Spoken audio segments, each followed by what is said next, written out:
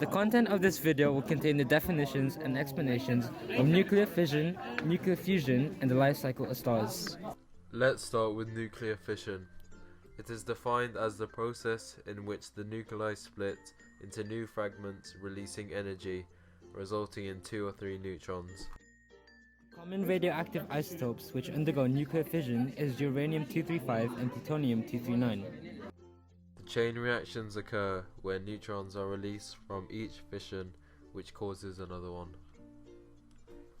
In power stations, nuclear fission chain reactions can be used by containing and controlling reactions that produce heat.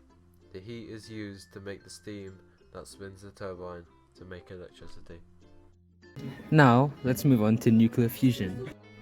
Nuclear fusion is when 2 small nuclei are fused together to form a single larger nucleus, as a product energy is also released. An example of this is in the Sun. The Sun is made up of 75% hydrogen and 25% helium. This helium is a product of nuclear fusion and caused by the fusion of 2 hydrogen nuclei. As we know, nuclear fusion can produce lots of energy. However, the use of nuclear fusion reactors is insufficient. A nuclear fusion reactor requires 2 light nuclei to be fused. This can only be done once a high temperature and pressure is achieved. This is so that the 2 nuclei will overcome the force of repulsion caused by the positive charges.